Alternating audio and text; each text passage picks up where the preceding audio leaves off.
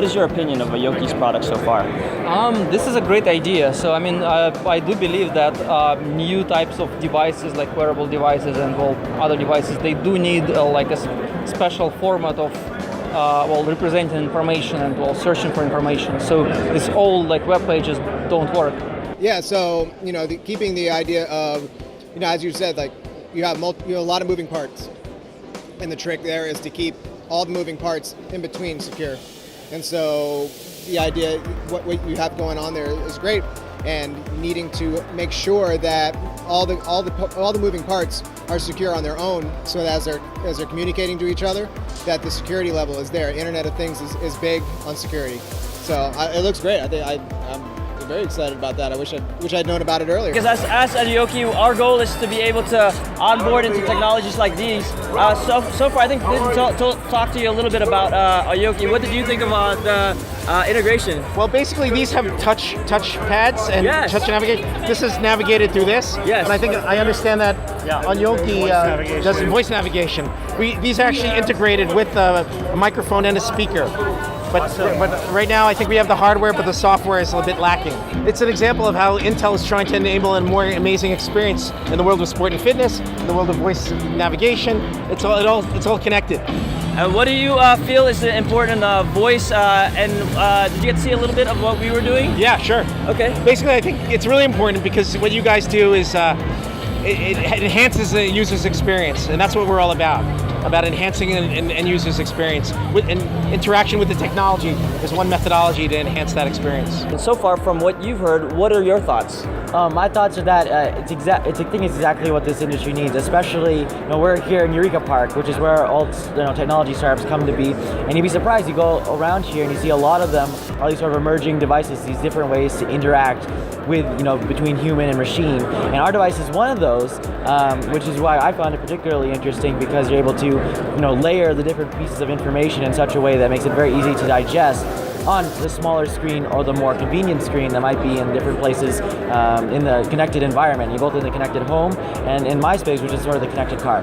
So this is amazing. Like anything that makes it easier to browse the web on smaller screens, I think definitely has a future.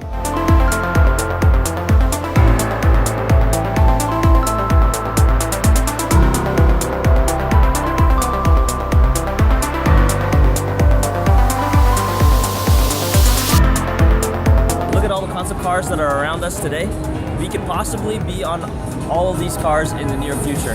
As these guys are coming to market, what our goal is to be the way you connect to the internet on connected cars.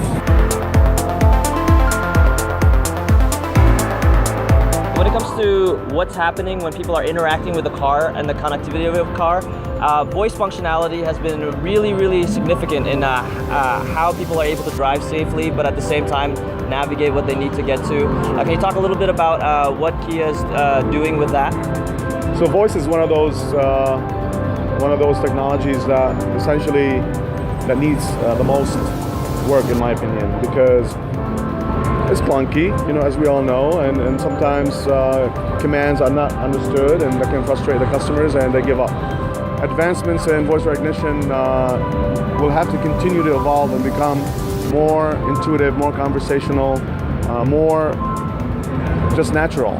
How do you feel people are going to be using the internet or interacting with real-time data in the near future? Well, I mean, as far as that, I think you're going to see more and more cloud sharing as far as, not just because, you've got some cars that have Wi-Fi connections in them now, and I think you're going to see more and more of that. But using those Wi-Fi connections, not just to access the internet, but to be able to share data with other vehicles. That's sort of where things with artificial intelligence and autonomous driving are headed. So that, if the cars can communicate with each other, then, not only can you avoid each other in like accidents and things like that, but, we'll have a much more diverse way of sharing data amongst cars. I think interface and being able to digest information quickly, I think are some of the most important things. I look around this show and there are a lot of touchscreens, which are great, but as you know, it requires a lot of mental capacity to be able to do a touchscreen. So inside the vehicle, I think that you're going to see an emergence of technologies like ours and like yours, which is both the two sides of the spectrum, being able to have humans easily interface with digestible pieces of information and be able to get just as much as they need when they need it.